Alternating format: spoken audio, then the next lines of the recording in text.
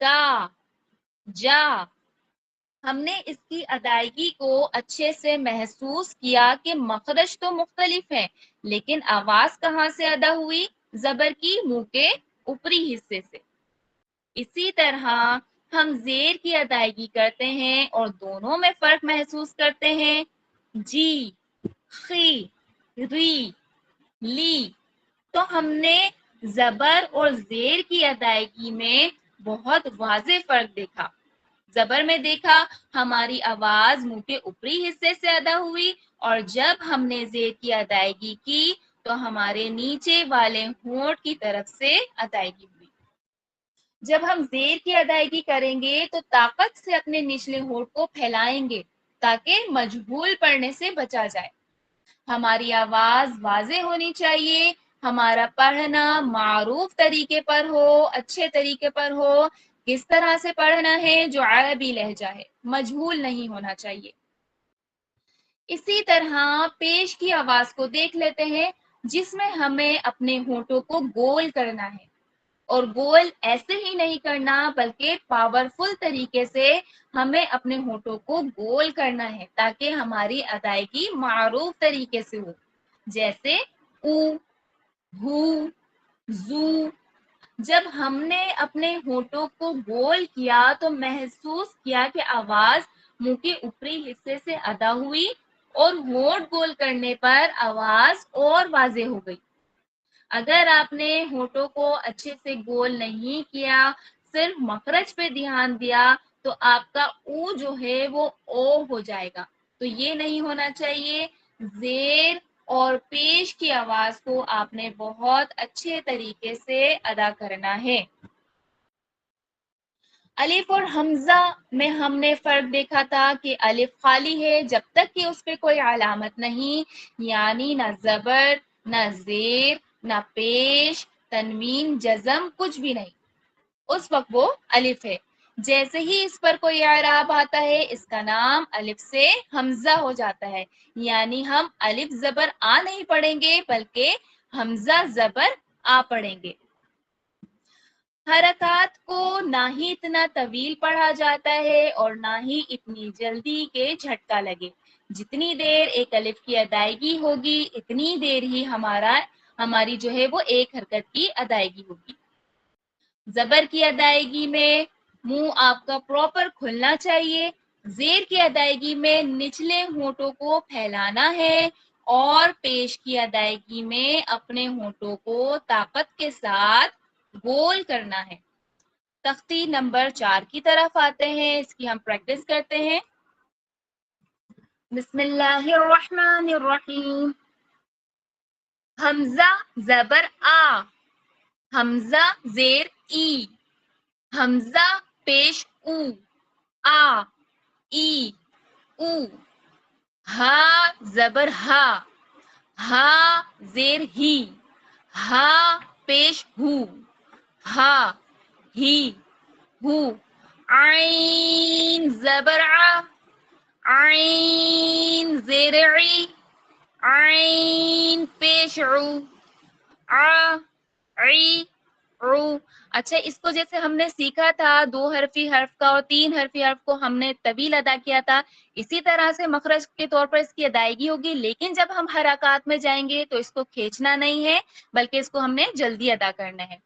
ح، حی، حو، غ، غی، غو، خ، خی، خو، ق، قی، قو، کا، کی، کو، جا، جی، جو، شا، شی، شو، یا، ی، یو، ضو، ضی، ضو، لا، لی، لو، نا، نی، نو، را، ری، رو، طو، طی، طو، دا، دی، دو، تا، تی، تو، صو، صی، صو، سا، سی، سو، زا، زی، زو، ظو، ظی، ظو، ذا،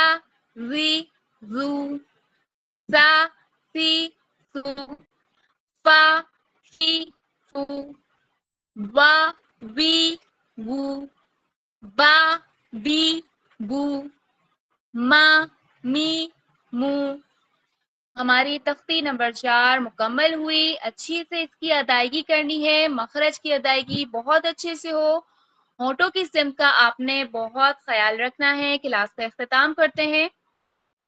سبحانک اللہم وبحمدک اشہد ان لا الہ الا انت استغفرک واتوب الیک۔ السلام علیکم ورحمۃ اللہ وبرکاتہ۔